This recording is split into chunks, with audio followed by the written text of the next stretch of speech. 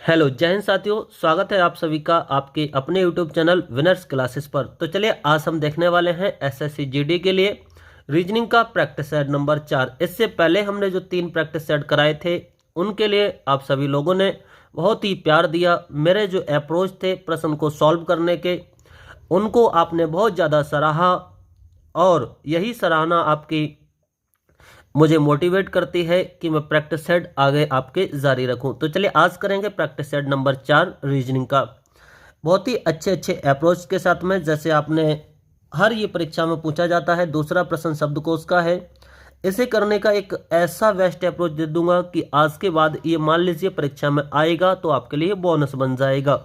ऐसे ही ये mirror image का प्रश्न है, ये भी आपके लिए जब भी आएगा तो आपके लिए समझ लिए बोनस है। ये कुछ एक सेकंड आप लेंगे और इन प्रश्नों को सॉल्व कर लेंगे। तो बने रहेंगे वीडियो का अंत तक। स्टार्ट करते हैं। तो स्टार्ट करेंगे प्रश्न नंबर 1 से। प्रश्न नंबर 1 में क्या दिया है? आपको दिया है एक पंक्ति में खड़े हुए 5 सदस्यों में से यू के दाईं ओर तथा क्यू के बाईं ओर आर है। हम लिखते चलते हैं, पेपर में आपको इतना ही पढ़ना है। तो जितना दिया हमने लिख ले रहे हैं। क्या कहा? 5 सदस्य हैं, उनमें से यू के दाईं ओर, तो इसे मान लीजिए ये कोई पॉइंट है, इसके इधर जाएंगे तो ये राइट होता है और इसके इधर जाएंगे तो लेफ्ट होता है। अगर ये पंक्ति है, पंक्ति में इधर क्या होता है? राइट होता है और इधर क्या होता है? लेफ्ट होता है। थोड़ा हम समझाते भी चलते हैं आपको। प्रैक्टिस सेट का मतलब कुछ कॉन्सेप्ट भी धीरे धीरे समझते चलेंगे। तो ये कह रहे हैं यू के राइट और तथा क्यू के बाईं ओर आर है, यानी यू के तो राइट में है, बिल्कुल सही है, लेकिन क्यू के बाईं ओर है। क्यू के बाईं ओर इसका मतलब ये क्यू के किधर है? लेफ्ट में। तो क्यू यहाँ पर है तो लेफ्ट इधर को होगा, अर्थात यहाँ पर हमने मान लिया कौन है? आर। आगे कहते हैं ये फर्स्ट कंडीशन हो जाएगी। सेकंड कंडीशन क्या कहता है? देखिए, क्यू के दाईं ओर, ठीक है, क्यू के दाईं ओर तथा एस के बाईं ओर, ये के यहाँ पर आ जाएगा तो एस के बाईं ओर पी है। क्यू के दाईं ओर और एस के बाईं ओर, अगर क्यू के तो इधर है और एस के इधर है तो मान लीजिए यहाँ पर मैं एस बता दूं और ये क्यू है तो पी कहाँ हो जाएगा? आपका यहाँ पर हो जाएगा। क्यों? क्योंकि ये राइट में है और एस की लेफ्ट में। तो ये पांचों के पांचों व्यक्ति बैठ जाएंगे इस तरह से। आपसे प्रश्न में पूछा है पंक्ति के मध्य में विद्यमान सदस्य को ढूंढिए। तो पंक्ति के मध्य में कौन है? आपका क्यू। समझ में आया होगा। ऑप्शन नंबर बी इसका राइट आंसर होगा। आगे बढ़ेंगे। अब देखिए, शब्दकोश के प्रश्न जब भी आते हैं तो जनरली जो स्टूडेंट हैं वो थोड़े से परेशान हो जाते हैं, लेकिन आज हम आपको एक बेस्ट अप्रोच देने वाले हैं जिसके माध्यम से आप इन प्रश्नों को आसानी से कर सकते हैं। और अगर आप चाहेंगे तो इन्हें करने का एक आसान कॉन्सेप्ट में वीडियो बना दूंगा, पूरा उसमें डिटेल से समझा दूंगा। लेकिन आज आप कैसे करेंगे समझिएगा। पहले आपको ये प्रश्न नहीं देखना है, आपको देखना है इसके ऑप्शन। और ऑप्शन देखने, आपने देखा ऑप्शन जो स्टार्ट हुए हैं, ए ऑप्शन 4 से स्टार्ट हो रहा है, बी भी 4 से और डी भी 4 से, जबकि सी हो रहा है 2 से। इसका मतलब या तो पहले स्थान पर 4 नंबर वाला शब्द आएगा या पहले स्थान पर 2 नंबर आएगा। क्यों? अगर ऑप्शन 2 से और 4 से स्टार्ट हो रहे हैं, इसका मतलब या तो 2 रहा होगा पहले स्थान पर या 4। तो 2 और 4 में ही हम जांच कर लेते हैं कौन पहले रहा होगा। तो आप कहेंगे यहाँ पर करने का तरीका ये होता है, जो कॉमन होता है उसे हटा देते हैं। तो आई एन वी ये क्या है? कॉमन है। अब इनसे तो पता चलेगा नहीं कौन आएगा, कॉमन से नहीं पता चलता, वाकई देखेंगे। तो यहाँ पर क्या दिया है? ओ। यहाँ पर क्या दिया है? ए। तो मुझे बताइए, अंग्रेजी वर्णमाला में ओ पहले आता है, ए? आप कहेंगे ए पहले आता है। तो ए पहले आता है, इसका मतलब पहले स्थान पर कौन आएगा? 4 आएगा। अब 4 वाले कितने ऑप्शन है? 4 वाले 3 ऑप्शन है। कौन कौन सा? एक ऑप्शन ये है, एक ऑप्शन ये है, एक ऑप्शन ये है। लेकिन 4 वाले में अब दूसरे स्थान पर देखिए कौन आएगा। तो या तो 2 आएगा या तो 5 आएगा या 1 आएगा। तो पहले तो हम 2 और 5 में देख ले रहे हैं कौन पहले आएगा। तो 2 और 5 में आप देखेंगे तो 2 ये है और 5 ये है। 2 और 5 में आई एन वी सेम है, इसलिए कोई पता नहीं कौन पहले आएगा। लेकिन हमें पता है अगला इसमें ओ है, इसमें क्या है? चौथा लेटर ई है। तो ई पहले आता है, इसका मतलब 5 से 2 से पहले कौन आएगा? 5। कौन आएगा? 5। लेकिन अब बात ये 2 वाला तो हट जाएगा, ऑप्शन बचा कौन सा है? 5 वाला और डी ऑप्शन 1 वाला। तो 5 और 1 में देख लीजिए कौन है? ई। दोनों में ई है, तो यहाँ पर सेम लेटर इसलिए नहीं पता चलेगा। अगला लेटर देखिए, इसमें एन है, इसमें एस है, एन पहले आता है, एस पहले आता है, तो आप कहेंगे पहले जो आता है वो एन आता है। इसका मतलब अब पहले एक आएगा ना कि 5, क्योंकि एस वाला तो बाद में आता है, एन वाला, इसलिए 4 1। 4 1 कौन सा ऑप्शन है? आप कहेंगे 4 1 केवल एक ही ऑप्शन में आ रहा है, वो आंसर होगा हमारा डी। तो ऐसे इन प्रश्नों को पकड़ा जाता है। आगे बढ़ेंगे। अगला आपसे पूछा है, ये तो पढ़ने की जरूरत नहीं है, आप समझ जाइए। समान समूह, यानी एक समूह ये दिया गया है, 4 ऑप्शन दिए गए, तो आपको ये ढूंढना है कि जिस तरह का ये प्रश्न समूह है, जो रूल इस प्रश्न समूह में लग रहा है वही आंसर समूह में लगना चाहिए, वही लॉजिक लगना चाहिए। तो हमने देखा हमें एक आसान तरीका मिल रहा है, 6 दूनी 12। अगर मैं जनरली सोचूंगा एग्जाम में तो ऐसे ही सोचूंगा, 6 दूनी 12 और 12 में 2 जोड़ा तो 14 हो जाएगा, 14 दूनी 28, 28 में 2 जोड़ा तो 30। यानी एक लॉजिक ऐसा मुझे आसान समझ में आ रहा है। अगर ऐसा कहीं ऑप्शन में हुआ तो मैं यही इसी के आधार पर आंसर दे दूंगा। लेकिन मैंने देखा 4 दूनी 8 नहीं हुआ, यहाँ से 8 + 2 10 होता है, ये ऑप्शन नहीं है। आगे गए 7 दूनी 14, ये भी नहीं है। 6 दूनी 12, ये भी नहीं है। 5 दूनी 10 + 2, लेकिन यहाँ तो लगा 5 दूनी 10, जैसे यहाँ पर 6 दूनी 12 हो रहा था +2, ऐसे 5 दूनी 10 + 2 भी हो रहा है। आगे 14 दूनी 28 + 2, ऐसे यहाँ पर हो रहा है। 12 दूनी 24 नहीं हो रहा, इसका मतलब ये लॉजिक नहीं लगेगा। अब इसमें कोई और लॉजिक लगेगा, तो मैं देख लेता हूँ। ये 30 बना है, 30 है, ये 6 है, ये 14 है, तो मैं कहूँ 30 और 6 में कोई रिलेशन है? हाँ, 6 में अगर 6 से भाग देंगे 30 में तो आप कहेंगे 5 बार चली जाएगी, और वो 5 क्या है? क्या 4 और 1 5 नहीं कर सकते हम? आप कहेंगे बिल्कुल। तो इसका मतलब लॉजिक ये हो जाएगा कि ये संख्या और इन दोनों का जोड़, बीच वाली का अंकीय योग, डिजिटल सम। तो 4 और 1 5, 5 की 6 से गुणा करेंगे 30। अब ऐसा ही कहीं अंत हो रहा है, आप देखेंगे बिल्कुल। 4 और 6 और 1 7, कितना हो गया? 7। यूनिट डिजिट बीच वाले का यूनिट हमने क्या निकाल लिया? सम निकाल लिया। तो 7 चौक 28, यानी ऑप्शन नंबर ए हो जाएगा। लेकिन ऐसा रिलेशन कहीं और ना लगता हो। 7 3 दूनी 2 और 1 3, 21 होना चाहिए, नहीं हो रहा है। 3 पंजे 15, 3 6 3 18, यानी ऐसा कहीं नहीं हो रहा है, केवल एक ही ऑप्शन में हो रहा है। क्या? ये अंक गुणा इन दोनों के अंकों का जोड़ की गुणा करेंगे तो 30 आ रहा है। तो ऑप्शन नंबर ए हो जाएगा। उम्मीद करते हैं समझ गए होंगे आप। आगे बढ़ते हैं। अगला प्रश्न भी बहुत अच्छा है। ये देखिए, जो भी हम प्रैक्टिस सेट करा रहे हैं ये बिल्कुल एसएससी जीडी को ध्यान में रखकर बिल्कुल लेवल को मेंटेन करके बनाए। आप देखेंगे भी इनमें 20 प्रश्न सॉल्व करेंगे तो आप पाएंगे कि पिछले ईयर जितने भी पेपर बने हैं उन्हीं की तरह इसका लेवल है बिल्कुल ही। आगे देखो क्या कहता है। तो मेरा भाई इसमें कहा गया है, समझिए जरा। आपसे कहा गया एक आम का पेड़ और एक नारियल का पेड़ एक समान ऊंचा है। एक समान, इसका मतलब जितना आम ऊंचा है उतना ही कौन ऊंचा है? नारियल ऊंचा है। समझ गए होंगे यहाँ तक, कोई भी दिक्कत नहीं होगी। आम बराबर है नारियल के, कोई बड़ा नहीं कोई छोटा नहीं। आगे क्या कहते हैं? केले का पेड़ ताड़ के पेड़ से नाटा है। नाटे का मतलब होता है छोटा। तो जो केला है ना वो किससे नाटा है? छोटा है। नाटा मतलब छोटा है। किससे छोटा है? तो आपसे कहा है ताड़ के पेड़ से नाटा, इसका मतलब ये ताड़ के पेड़ से छोटा है। ताड़ का पेड़ इससे छोटा है, कौन? केले का पेड़। नाटा मतलब छोटा। आगे क्या कहा? अमरूद का पेड़ केले के पेड़ से नाटा है, यानी केले के पेड़ से भी छोटा कौन है? तो आप कहेंगे अमरूद। कौन है? अमरूद। ये आम है, ये अमरूद है। ठीक है, आगे बढ़ते हैं। नाटा है अमरूद का पेड़ केले के पेड़ से भी, लेकिन आम के पेड़ से लंबा है। लेकिन किसके लिए? पहले वाले के लिए। लेकिन और किसको आएगा? पहले वाले को।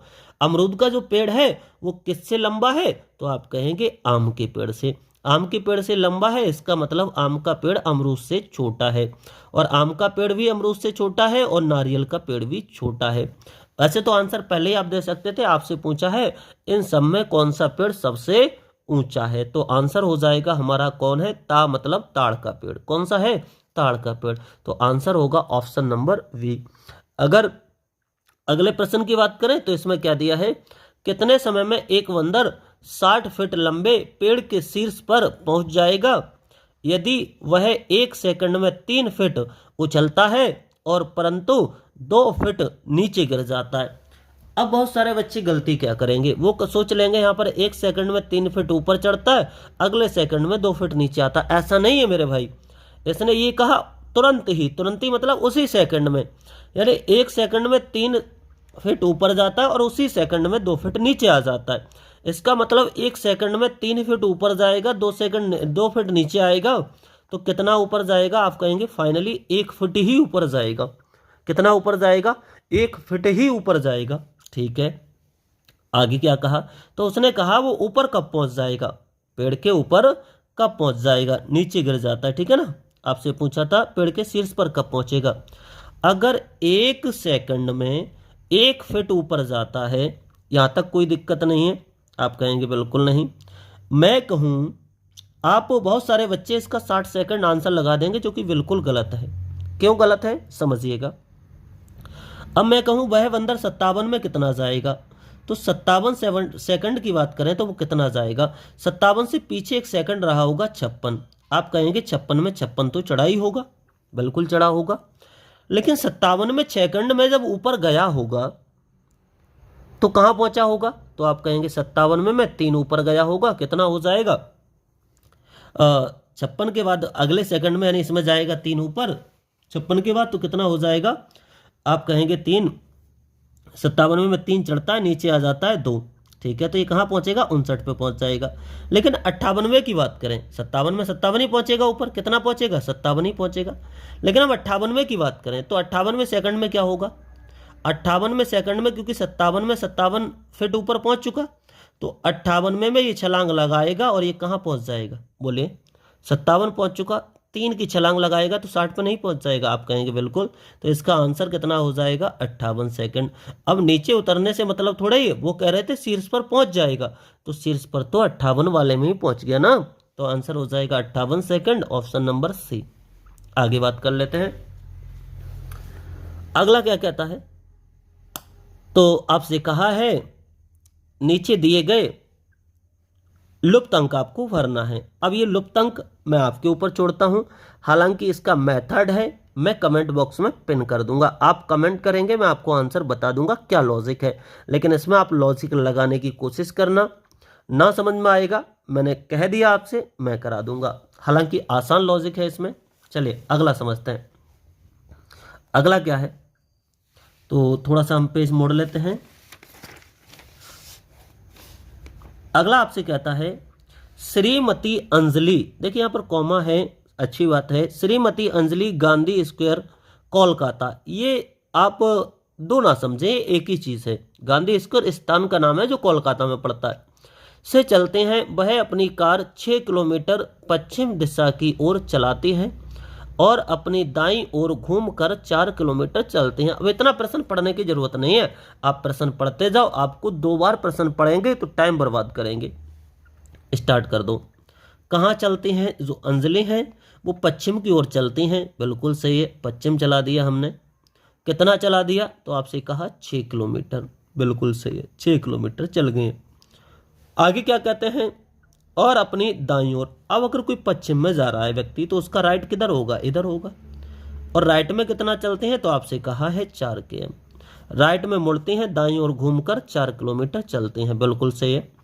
आगे क्या कहते हैं, और फिर कार को अपनी दाईं ओर, अब इधर जा रही थी तो इसका दायां किधर होगा, इधर होगा। दाएं मुड़े और कितना चले हैं, तो आप कहेंगे 6 किलोमीटर। अब मुझे बताइए 6 किलोमीटर ये डिस्टेंस थी, 6 ये है, तो इसका मतलब कहीं ना कहीं ये डॉट और ये डॉट एक सीध में होंगे, और इन दोनों के बीच की ही दूरी तो प्रारंभिक बिंदु से दूरी है, आप कहेंगे बिल्कुल सही। अगर ये 2 पैरेलल रेखाएं हैं तो इनके बीच की डिस्टेंस जो यहाँ पर होगी वही यहाँ पर होगी। अगर यहाँ पर 4 किलोमीटर तो यहाँ भी कितनी होगी, 4 किलोमीटर, तो आंसर हो जाएगा ऑप्शन नंबर सी। उम्मीद करते हैं आप समझ गए होंगे 7वें का आंसर। अगला देखिए क्या कहता है, इनमें समय लेने की जरूरत नहीं है। क्या कहा आपसे, यदि ए को किसी कूट भाषा में 2 लिखा जाता है, बी को 3 लिखा जाता है, तो फिर इसका बताना है। आप जानते हैं ए का प्लेस वैल्यू 1 होती है जबकि यहाँ पर 2 बोला, वी की प्लेस वैल्यू 2 होती है जबकि यहाँ पर 3 बोला, यानी 1 बढ़ा के बोला। ए की प्लेस वैल्यू होती कितनी है, 1, बोला कितना, 1 बढ़ा के 2, वी की प्लेस वैल्यू होती कितनी है एबीसीडी में, आप कहेंगे 2 नंबर पे आता है। ये बोला 3 कितना बढ़ा के 1 बढ़ा के, ठीक है ना, तो आप भी सब में 1 1 बढ़ा दीजिए। तो एफ की प्लेस वैल्यू 6 होती है, 6 में 1 बढ़ाएंगे 7। कितने ऑप्शन में 7 से स्टार्ट हो रहे हैं, एक ऑप्शन ये हो रहा है, एक ये। इसका मतलब ये आंसर हो सकता है या ये हो सकता है। आगे बढ़ेंगे। ए की प्लेस वैल्यू 1 होती है, लेकिन 1 को कितना बोला है 2, तो 7 के बाद 2। क्या इस ऑप्शन में 7 के बाद 2 आता है, आप कहेंगे नहीं, केवल इसी में आता है, तो आगे चेक करने की जरूरत नहीं, ऑप्शन हमारा हो जाएगा ए। उम्मीद ऐसा ही आपको लॉजिक लगाना होता है पेपर में, फाइनली आंसर निकालने की जरूरत नहीं होती है मेरे भाई, तभी आप समय ले जाते हैं जब आप फाइनल आंसर निकालते हैं। तो ऑप्शन ए इसका राइट आंसर है। आगे आपसे कहा है ये पढ़ेंगे तो आप समय बर्बाद करेंगे, आपको केवल इतना पढ़ना है, शब्द नहीं बनाया जा सकता। मैंने देखा पहले में, देखिए एफ आ रही है, इसमें भी एफ आ रही है, आई आ रही है, बिल्कुल आ रही है, डबल एल आ रही है, बिल्कुल आ रही है, एस भी आ रही है। एफ में पहले ही देख चुका, ए इसमें आ रहा है, बिल्कुल आ रहा है, आई एल पहले ही देख चुका, एस भी आ रहा है। लेकिन मैं इस पे गया ऑप्शन नंबर वी पे, एफ आई बिल्कुल आ रहा था, एल में पहले ही देख चुका रहा था, लेकिन ई आ रही थी क्या, कहीं भी ई नहीं आ रही थी। इसका मतलब जब ई नहीं आ रही थी इसमें, तो इससे इन अक्षरों से हम चाहे ई कैसे बना सकते हैं, शब्द कभी नहीं बना पाएंगे। तो ऑप्शन हमारा वी हो जाएगा। समझ गए होंगे आप। आगे बढ़ेंगे। आगे क्या कहा है हमसे, देखिएगा 10 नंबर प्रश्न देखेंगे। 10 नंबर, इसमें 10 से 12 के लिए संकेत दिया है। क्या दिया है, आपको विषम को चुनना है। कौन सा चुनना है, विषम, यानी 4 ऑप्शन में से जो अलग है उसे चुनना है। तो चलिए, आपसे कहा 49 और 33, तो सबसे पहले तो मैं देखता हूँ ये लगभग नजदीक नजदीक है, तो मैं इनका अंतर निकाल लेता हूँ। 33 में से 49 जाएगा, कितना बचेगा, सॉरी 49 में से 33 जाएगा तो कितना बचेगा, आप कहेंगे ये बच जाएगा आपका कितना, 9 और 7 कितना, 16 हो जाएगा। ऐसे यहाँ से देखा मैंने, पहले ऑप्शन से कितना बचा अंतर, 16 बचा। आगे गए, 62 से 46 घटाएंगे, कितना बच जाएगा, 2 और 12 और 4 कितना हो जाएगा, 16 यहाँ से बचेगा। इसका मतलब अंतर से बन सकता है। यहाँ से 83 में से 67 घटाया, कितना बचेगा, तो आप कहेंगे 13, 13 में से 7 जाएगा 6, यानी 16 यहाँ भी बढ़ रहा है। लेकिन यहाँ पर 70 से अगर 55 घटाएंगे तो कितना बचेगा, आप कहेंगे 15, और जबकि तीनों ऑप्शन में कितने कितने का अंतर था, 16 का, तो यही हमारा भिन्न हो गया, क्योंकि 3 ऑप्शन अंतर दे रहे थे, वो 16 का था, ये कितने का, 15 का। तो ऑप्शन नंबर इसका डी राइट आंसर है। उम्मीद करते हैं समझ गए होंगे। आगे बढ़ते हैं। अगला प्रश्न, इनमें भी देखो, ये क्या है, 12 में से 2 घटाया 10 आ गया, यानी पहले 2 का माइनस। आगे देखो, फिर 10 में 4 जोड़ेंगे 14 हो जाएगा, यानी एन 14 नंबर पे आता है, ठीक है, +4। आगे देखो, हालांकि लिखने की बिल्कुल नीड नहीं है, 14 में 2 जोड़ेंगे तो 16 हो जाएगा, यानी +2। तो क्या है, पहले में लॉजिक ये है। अगले में ऐसा लॉजिक लग रहा है, आप कहेंगे ई से सी हो गया, -2 हो गया, सी से जी 7 हो गया, यानी जी का मतलब 7, तो 4 हो गया, और 7 से 9 हो गया +2, यानी यहाँ भी वही लॉजिक है, यहाँ भी वही लॉजिक है। लेकिन सी से 2 घटाया ए हो गया, बिल्कुल सही है। 4 जोड़ेंगे मेरे भाई, तो ए में 4 जोड़ेंगे तो 5 कोड आएगा, और कोड 5 होता है ई का, ना कि एफ का। तो यही हमारा अलग हो जाएगा। कौन सा हो जाएगा, ऑप्शन नंबर सी। उम्मीद करते हैं आप समझ गए होंगे यहाँ तक आसानी के साथ में। आगे बढ़ते हैं, प्रश्न नंबर 12 पर चलते हैं। दिया है कमरा, चैम्बर, केबिन और बरामदा। अब इसका लॉजिक आप बता सकते हैं, पहले एक बार को सोच सकते हैं वीडियो को पॉज करके।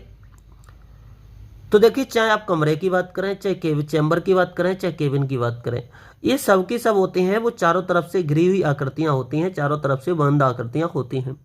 जबकि बरामदा होता है वो हमारा कैसा होता है, एक तरफ से पूरी तरह से खुला हुआ होता है। कैसा होता है, खुला हुआ होता है। तो आंसर हो जाएगा इसका जो लॉजिक है वो ऑप्शन नंबर सी।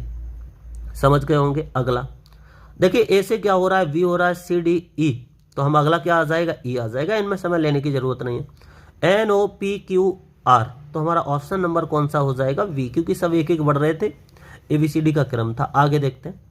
5 से 10 हो रहा है, 10 से 20 हो रहा है, 20 से कितना हो रहा है, 35। कैसे हो जाएगा मुझे बताइए, 5 जोड़ दें 10 हो जाएगा, फिर कितना जोड़ दें, 10 जोड़ दें, यानी 5, 10, 20, 35। इसमें हालांकि कोई नीड नहीं लिखने की। 5 जोड़ा, 10 जोड़ा, 15 जोड़ा, और कितना यहाँ पर देखो 5 5 प्लस करके जोड़ा जा रहा है, यहाँ भी 5, तो अगले में भी 5 जोड़ोगे तो कितना आ जाएगा, 20, और 35 में 20 जोड़ेंगे तो 55 हो जाएगा। कितना हो जाएगा, 55। समझते हैं, आप समझ गए होंगे। आगे देखिए, आगे क्या है, वही है आपका 15 नंबर। आप पढ़ेंगे तो पेपर कटिंग फोल्डिंग का है, जो कि इसका प्रश्न दिया है वो ऊपर दिया है। कहाँ दिया है, ऊपर दिया है, तो यहाँ पर दिया गया इन प्रश्नों को देखिए, पेपर कटिंग और फोल्डिंग जो करने का मेरा तरीका है वो दोस्त एकदम लाजवाब है, बिल्कुल अलग है। क्यों? अभी मैं आपको बताऊंगा वो लॉजिक लगा के, और इस लॉजिक से आप ऐसे समझ लीजिए पेपर कटिंग फोल्डिंग जब भी आएगा आप 5 सेकंड में इस प्रश्न को कर पाएंगे। कैसे? समझिए।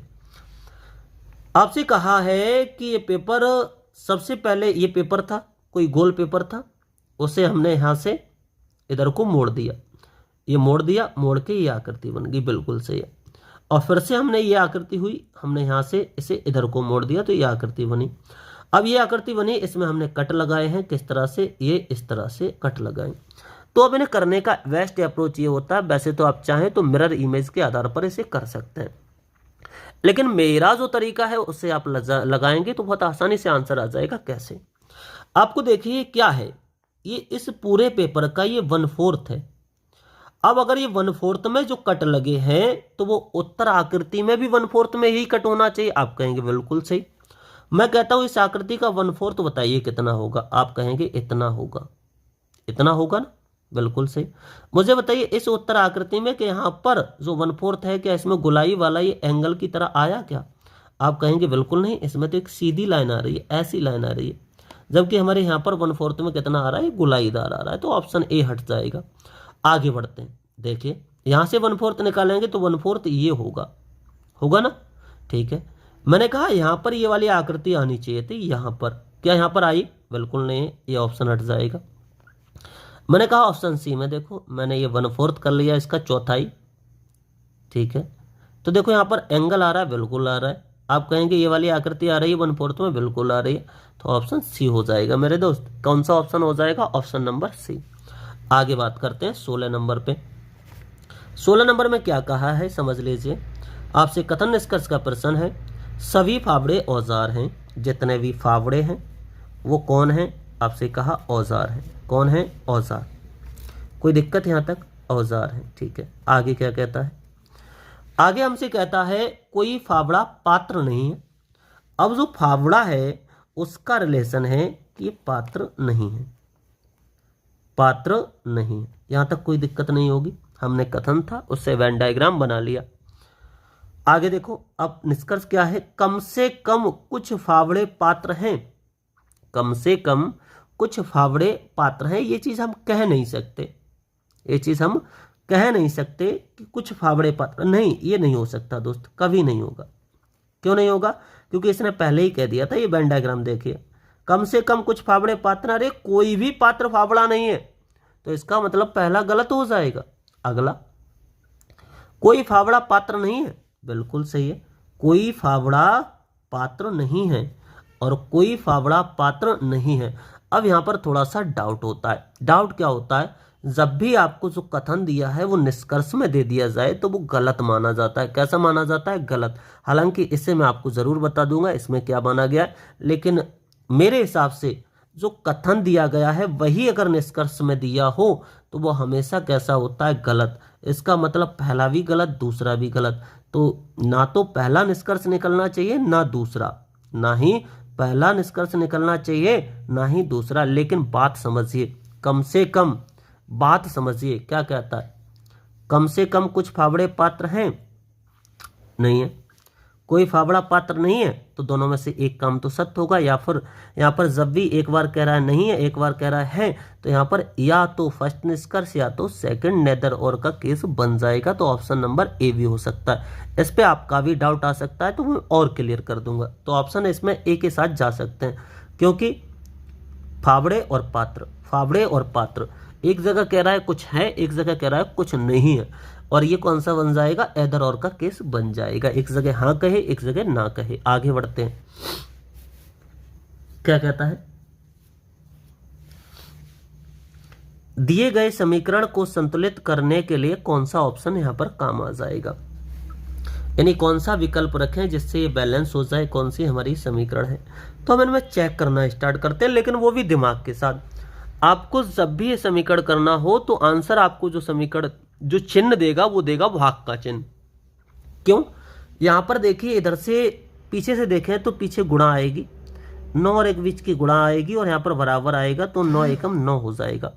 यानी इधर जितना भी 9 से इधर है वो सब सॉल्व होकर 9 आना चाहिए, जो कि पूर्ण संख्या है। हम भाग वाले का यूज करते हैं, भाग किसके से भी बीच में आएगा, तो भाग आएगा दूसरे स्थान पर, यानी पहले स्थान पर प्लस हो जाएगा, दूसरे स्थान पर भाग। तो 4 डिवाइड बाई 5, मुझे बताओ मेरे भाई, अगर 4 में 5 की भाग देंगे तो क्या पूर्ण संख्या आएगी? आप कहेंगे बिल्कुल नहीं, है तो दशमलव आएगा, और दशमलव जोड़ेंगे किसी संख्या में तो दशमलव मिलेगा, जबकि यहाँ पर दशमलव नहीं प्राप्त हो रहा है, तो हमारा पहला ऑप्शन गलत हो जाएगा। अगले को चेक कर लेते हैं। तो 16 भाग 4, क्योंकि पहला चिन्ह भाग है तो हमने यहाँ 4 रख दिया, भाग रख दिया, और दूसरा चिन्ह है प्लस, प्लस कितना 5, फिर है बराबर, फिर कितना है 9, फिर कितना है गुणा 1। 4 से 4 में भाग करेंगे मेरे भाई 4 आ जाएगा, 16 में भाग करेंगे तो प्लस 5, 9 हो गया, और इधर भी कितना हो रहा है 9। इसका मतलब राइट एंड लेफ्ट साइड दोनों ही बैलेंस हो रहे हैं, इसका मतलब इसका आंसर होगा वो होगा ऑप्शन नंबर बी। उम्मीद करते हैं समझ गए होंगे आप। 18 नंबर में देख लेंगे।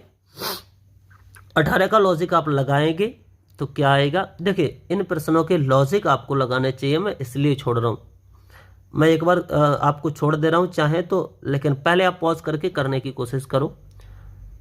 उम्मीद है आपने पॉज किया होगा, समय लिया होगा और किया होगा। अगर हो गया तो अच्छी बात, नहीं हुआ तो यहाँ देख लीजिए।